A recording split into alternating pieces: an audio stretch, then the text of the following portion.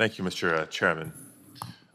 Colleagues, after carefully evaluating Ms. Bondi's record and after her testimony before this committee, I continue to have significant reservations about her ability to serve as an independent Attorney General who will put her duty to the Constitution and to the American people above her loyalty to President Trump. So for that reason, I'm unable to support Ms. Bondi's nomination to serve as our nation's chief law enforcement officer. And I say this after recognizing, through the course of our private meeting in my office and through the course of her testimony during her confirmation here, that there were some glimmers of potential agreement in areas that I'd be hopeful to maybe agree and work together on, things like tackling the threat and the dangers of human trafficking.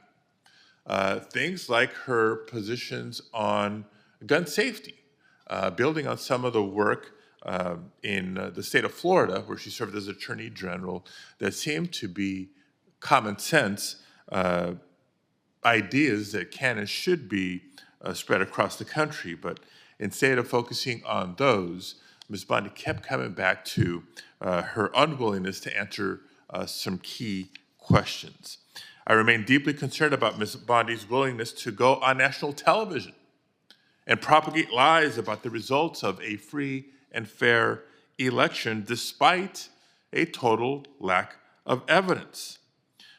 I raised this during the hearing, colleagues, as you recall, not because they were political talking points that she was pushing that I might have happened to disagree with, but they were outright lies that pose a real threat to our democracy, a threat to voters, and a threat to the election workers who dedicate themselves to administering our elections. I was specific, repeatedly offering Ms. Bondi an opportunity to retract her statements during her confirmation hearing, and she continuously refused to state the simple fact that President Trump lost the state of Pennsylvania in 2020 and lost the election. And I remind us of this, colleagues, because it's important to remember that Ms. Bondi's associate at the time in 2020, Rudy Giuliani, has been disbarred for spreading the same lies. Same lies, Mr. Giuliani disbarred, and it seems that now Republican senators are on the verge of confirming Ms. Bondi to serve as Attorney General of the United States, despite peddling the same lies and her unwillingness to retract them.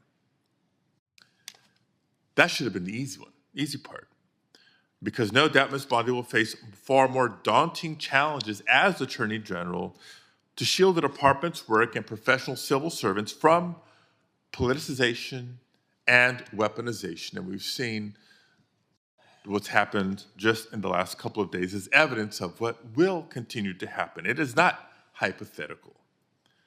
Look at the president's activity this last week alone. Despite some of my colleagues' assurances that he would refrain, President Trump has issued roughly 1,500 blanket pardons for January 6th insurrectionists and commuted the sentences of 14 of his supporters, including those convicted of violence against police officers. Trump's appointees then fired several career Department of Justice lawyers involved in investigating and prosecuting him for his role in the January 6th insurrection and for his improper handling of documents. And now the acting U.S. Attorney for the District of Columbia has already promised to investigate the prosecutors who helped put the violent January 6th insurrectionists behind bars. That's the environment that Pam Bondi is about to enter, a difficult environment for any Attorney General to act independently. And I was particularly struck by the fact that despite practicing law for decades, 2 terms as Attorney General of the state of Florida, private practice experience. Despite all that, Ms. Bondi claimed to be unfamiliar with the 14th Amendment and the citizenship clause within it. She and I discussed the very issue when we met one-on-one. It's clearly been in the news. And when given the opportunity to discuss it during the hearing, here in public, she refused to answer. Even worse, offensively, either claimed that she needed to study or telling me that she was not going to be doing my homework. Calling in that moment, I wasn't asking her to do my homework. I was asking her if she did hers. And now we know why she avoided the topic. Because just a couple weeks later, President Trump has issued a blatantly unconstitutional executive order seeking to strip birthright citizenship from Americans who were born here. The law is clear. The Constitution is clear.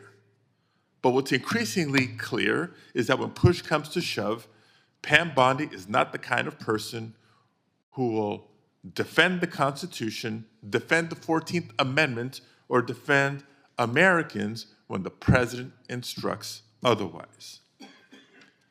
The American people need and deserve to have faith that the Department of Justice enforces the law fairly, neutrally, and free from political interference.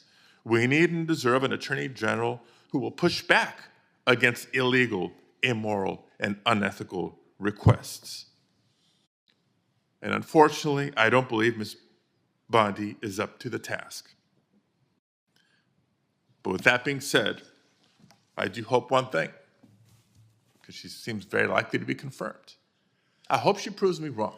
For the sake of our country and for the American people, I hope she proves me wrong. But today, I cannot support her confirmation. Thank you, Mr. Chairman.